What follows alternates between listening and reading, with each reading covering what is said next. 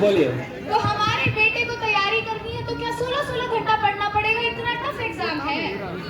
Exam तो tough है, पढ़ना तो 16 पड़ेगा। घंटा। इतना कैसे पढ़ेगा? कुछ स्ट्रैटेजी, कुछ रोड मैप कुछ बताइए ना ऐसा जिससे इसका पेपर एक्सेल हो जाए। जैसा सर बता रहे थे, अभी राहुल सर बता रहे थे कि ये 2 साल तैयारी करनी होती है और जो बच्चा लगातार तैयारी करता है वही सक्सेसफुल होता है। तो ऐसा नहीं कि आप किसी एक दिन 16 घंटा पढ़ लो, एक दिन 18 घंटा पढ़ लो और कुछ अगले 2 दिन आप पढ़ाई ही मत करो, 2 घंटा पढ़ लो, तो इतना इनकंसिस्टेंस रहने से आपकी तैयारी अच्छी नहीं होगी। आप अगर डेली 12 घंटा भी पढ़ते हो क्लास वर्क के साथ, 14 घंटा 12 घंटा पढ़ते हो तब भी, लेकिन लगातार 2 साल तक उसी मोटिवेशन के साथ पढ़ते हो तो आपका सिलेक्शन पक्का होगा। लेकिन होता क्या है, बीच बीच में बच्चे, जैसे ही 1 साल उनका बीतता है, 6 महीना बीतता है, उसके बाद बहुत सारे बच्चे अलग अलग चीजों में फंस जाते हैं, डिस्ट्रैक्शन उनके पास आ जाता है, बैकलॉग आ जाता है, कई सारे बच्चे सोशल मीडिया पे बिजी हो जाते हैं, अलग अलग चीजों में बिजी हो जाते हैं, तो इन वजह से इनकी तैयारी अफेक्ट होती है। तो अगर आपका बच्चा, आप ध्यान रखिएगा, इसका मोबाइल चेक करते रहिएगा, बिल्कुल बिल्कुल कि एकदम 12 घंटा डेली पढ़ाई करें और कुछ और ना देखे मोबाइल में, तो पक्का सेलेक्ट होगा। हमारा बच्चा बहुत समझदार है सर, कॉलेज में ही जाएगा सीधा। मैं इसमें एक छोटा सा पॉइंट और ऐड करना चाहूँगा। आपका बच्चा बिल्कुल समझदार है, हम मानते हैं बात, तभी आप इसको पीडब्ल्यू लेके आए, आप भी बहुत समझदार हैं। बट जो आप मतलब नंबर ऑफ आवर्स की बात करो ना, तो मैम वो हर बच्चे के लिए फिक्स नहीं रहता है, वो बच्चे टू बच्चे डिफर करेगा, क्योंकि हर बच्चे का आईक्यू लेवल अलग रहता है।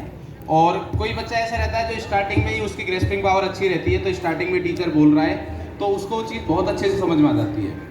कुछ बच्चे ऐसे रहते हैं कि उसको यार ऐसा है कि मेरे को क्लास में ठीक ठीक समझ में आ गया है, बट मेरे को एक बार घर पर जाके रिवीजन करना पड़ेगा, तब जाके चीज़ें ज़्यादा अच्छे समझ में आएंगी। काफ़ी बच्चे ऐसे रहते हैं कि थ्योरी से उसको ज़्यादा चीज़ें समझ में नहीं आ रही है, उसको न्यूमेरिकल्स करने होते हैं, तो वो स्टूडेंट टू स्टूडेंट डिफरेंट रहेगी। बट मेन चीज़ जो है सिलेक्शन के लिए, क्योंकि आप अगर बच्चे को पीडब्ल्यू लेके आ रहे हो तो आपका और आपके जो पोता है उसका जो मेन टारगेट है वो है सिलेक्शन। तो उसके लिए ये है कि जो उनके टीचर्स बोल रहे हैं कि भाई आपको डेली का काम है, ये काम करना है, आपको जो क्लासेस बताइए वो अटेंड करिए बढ़िया तरीके से, नोट्स बनाइए, नोट्स रिवाइज करना है और जो होमवर्क दिया जा रहा है वो करना है, बस इतना काम है। अब वो बच्चे के ऊपर डिपेंड करेगा कि वो कितने टाइम में हो रहा है। हो सकता है स्टार्टिंग जब वो जर्नी को स्टार्ट करेगा तो स्टार्टिंग में उसको टाइम ज़्यादा लगेगा, बट धीरे धीरे वो टाइम कम हो जाएगा और जो एक्स्ट्रा टाइम बचेगा उसको वो रिवीजन में यूज कर लेगा।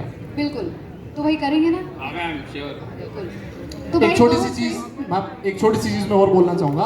अभी सर ने बात करी कि बच्चा ना मोबाइल में क्या देख रहा है पता नहीं है घर वालों को, तो जितने भी यहाँ पर पेरेंट्स बैठे हैं उनको मैं एक फीचर है हमारे ऐप का, उसके बारे में बता दूं, क्योंकि अभी बात हो रही है कि पेरेंट्स के बारे में पेरेंट्स ध्यान रखते रहें। एक हमारा टीचर पोर्टल और होता है, यस, जितने भी पेरेंट्स हैं अपने नंबर से उस पोर्टल पे, बहुत सारे बच्चे देख रहे हैं मेरी तरफ की सर रहने दो ना, इसको क्यों बता रहे हो, हाँ ये क्यों बता रहे हो सर, इसको रहने दो, मतलब इसकी जरूरत नहीं है। तो जितने भी पेरेंट्स हैं उनके लिए ये चीज कि आप अपने मोबाइल से अपने नंबर से पोर्टल पे लॉगिन कर सकते हैं। आपका बच्चा कितनी क्लासेस अटेंड कर रहा है, क्योंकि कई बार ऐसा भी होता है घर से बोल के निकलता है क्लास जा रहा हूं, लेकिन जाता हो किसी और गली है ना, ये भी हो सकता है। तो वो सारी चीज, आपके बच्चे ने कितनी क्लासेस अटेंड करी, फिर उसके हर जो उसका पेपर हुआ उसमें कितने मार्क्स हैं, उसकी परफॉर्मेंस क्या है, सारा एनालिसिस आपको अपने नंबर से लॉगिन करने पे भी मिल सकता है। तो बच्चा ऐसे भी नहीं बोल सकता आपसे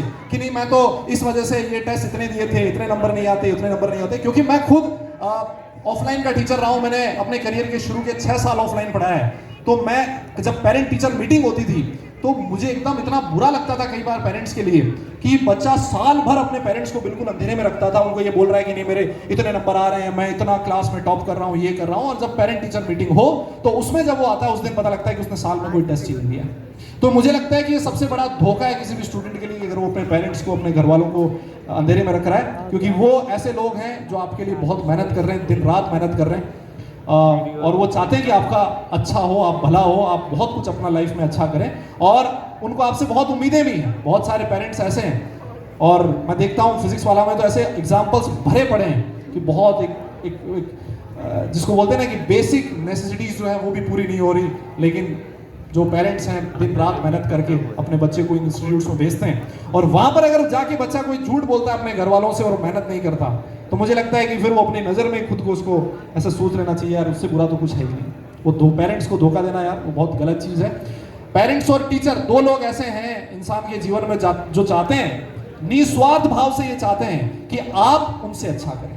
बाकी हर कोई इंसान जो आपसे जीवन में जुड़ता है वो कहीं ना कहीं उसका आपसे फायदा होता है, किसी स्वार्थ भाव से आपके साथ जुड़ता है। लेकिन एक गुरु, एक टीचर और पेरेंट्स जो आपके माता पिता हैं वो चाहते हैं कि आप अपनी लाइफ में उनसे बहुत कुछ अच्छा करें।